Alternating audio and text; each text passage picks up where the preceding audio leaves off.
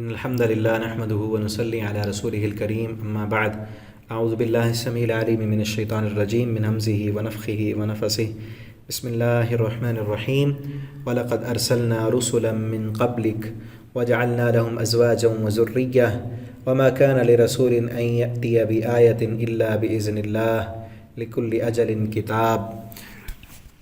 ترجمہ قرآن کے سبق میں سورۃ الرعد آیت نمبر 38 سے پڑھیں گے۔ وَلَقَدْ أَرْسَلْنَا رُسُلًا مِّن قَبْلِكَ، اور بلا شبہ یقیناً ہم نے بھیجے کئی رسول من قبلک آپ سے پہلے۔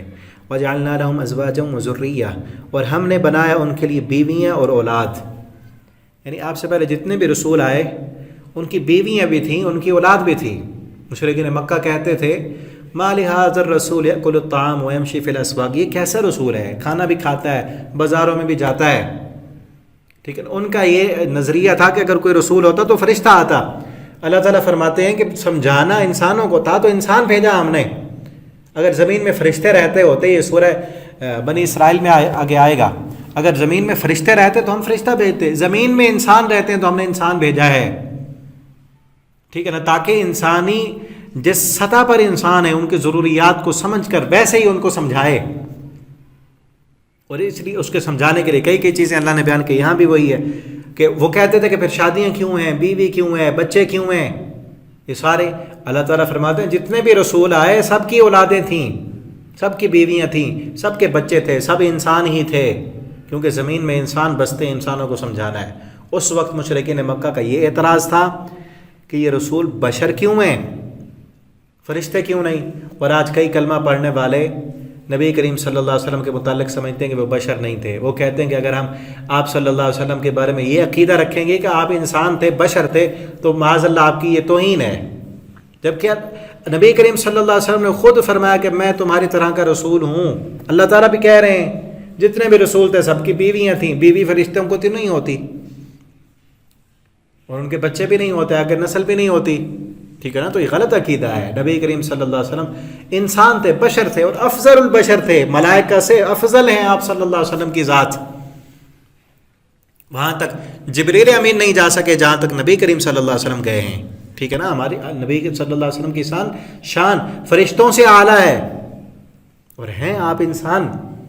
اگر آپ کو اس میں آپ کی شان بڑھتی نہیں ہے تو کم ہوتی ہے، جو کہ ناجائز ہے۔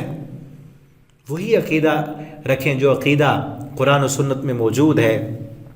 تو اللہ تعالیٰ کیا فرماتے ہیں، جتنے بھی رسول آئے ان کی بیویاں بھی تھیں، اولاد بھی تھیں۔ وما کان لرسول، اور نہیں ہے کسی رسول کے یہ لائق، اس کے اختیار میں نہیں ہے ان یأتی بآیہ، کہ لائے وہ کوئی نشانی، کوئی معجزہ۔ وہ معجزات کا مطالبہ کرتے تھے تو فرمایا کہ کسی رسول کے اختیار میں تو نہیں ہے نشانی لانا، الا باذن اللہ، اللہ کے حکم سے ہوتا ہے۔ اللہ تعالیٰ جو چاہتے ہیں دے دیتے ہیں، جو اللہ نہ چاہیں وہ رسول اپنی طرف سے تو نہیں دکھا سکتے۔ لکل اجر کتاب، ہر چیز کے لیے ایک مقررہ وقت ہے۔ وہ کہتے ہیں کہ قیامت کب آئے گی، لاؤ دکھاؤ، تو اللہ تعالیٰ فرماتے ہیں مقررہ وقت ہے اس کا، جب وقت مقرر آئے گا تو قیامت آ جائے گی، لیکن پھر تمہیں تو فائدہ نہیں ہوگا نا، فائدہ تو اب ہے کہ اب مان لو، اس کی تیاری شروع کر دو۔ یمحو اللہ ما یشاء، وہ مٹا دیتا ہے اللہ تعالیٰ ما یشاء، جو وہ چاہتا ہے، وہ یثبت، اور باقی رکھتا ہے، وعنده ام الکتاب، اور اسی کے پاس ہے اصل کتاب۔ اس کا معنی نا یہ ہے کہ اللہ تعالیٰ اپنی کتاب میں، یعنی اپنے احکامات میں جو چیز چاہتے ہیں، کچھ احکامات اللہ نے پہلے دی، جس طرح قرآن میں پیچھے بھی ہم پڑھ آئے ہیں، ما ننسخ من آیت او ننسیها نأتی بخیر منها او مثلها۔ اللہ تعالیٰ جو حکم برقرار رکھنا چاہیں وہ برقرار رکھتے ہیں، جو جس حکم کو ختم کر کے کوئی اور حکم دینا چاہیں تو وہ عطا کر دیتے ہیں۔ یعنی پیچھے جس طرح پچھلی آیت میں ہے نا، جتنے بھی رسول بھیجے ان کی اولادیں تھیں، اب ان رسولوں کی شریعت میں کچھ احکامات تو اگلی شریعت میں باقی رکھے، کچھ احکامات کو اللہ رب العالمین نے ختم کر دیا، اس کی جگہ پر دوسرے احکامات دیے۔ اللہ رب العالمین کا فیصلہ ہے، اور اسی کے پاس اصل کتاب لوح محفوظ اللہ کے پاس ہے، جس میں سب لکھا ہوا ہے کہ قیامت تک کیا ہونا ہے۔ وَإِمَّا نُرِيَنَّكَ، اور اگر ہم آپ کو واقعی کچھ دکھا دیں، بعض الَّذِي نَعِدُهُمْ، بعض وہ چیزیں جن کا ہم نے ان سے وعدہ کیا ہے، او نَتَوَفَّيَنَّكَ، یا ہم آپ کو فوت کر لیں، وفات دے دیں، وَإِنَّمَا عَلَيْكَ الْبَلَاغُ، آپ کی ذمہ داری تو صرف پہنچا دینا ہے، وَعَلَيْنَا الْحِسَابُ، حساب لینا ہماری ذمہ داری ہے، اور ہم اس وقت تک کسی قوم کو ہلاک نہیں کرتے جب تک، اللہ تعالیٰ دوسری جگہ پر فرماتے ہیں کہ جب تک ان کے لیے حجت پوری نہ ہو جائے، ان کے مطالبات پر ان کو ہم نشانی دے دیں تو پھر ان کی حجت تمام ہو جائے گی، لیکن ابھی ہم نے ڈیل دی ہوئی ہے، اسی لیے ان کے مطالبات پر منہ مانگی نشانیاں ان کو نہیں دکھائی جا رہی۔ اگر دکھا دیں پھر ہم ان کو ڈھیل نہیں دیں گے، پھر وقت نہیں ہوگا، پھر اگر نہیں مانیں گے تو فوراً عذاب آ جائے گا۔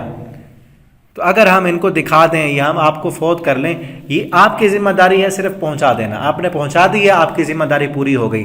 اگر مان لیں گے فائدہ ہے ان کا، نہیں مانیں گے حساب ہم نے لینا ہے۔ آگے انشاءاللہ اگلے سبق میں ہم پڑھیں گے۔ اللہ تعالی ہمیں عمل کی توفیق دیں۔ والسلام علیکم ورحمۃ اللہ وبرکاتہ۔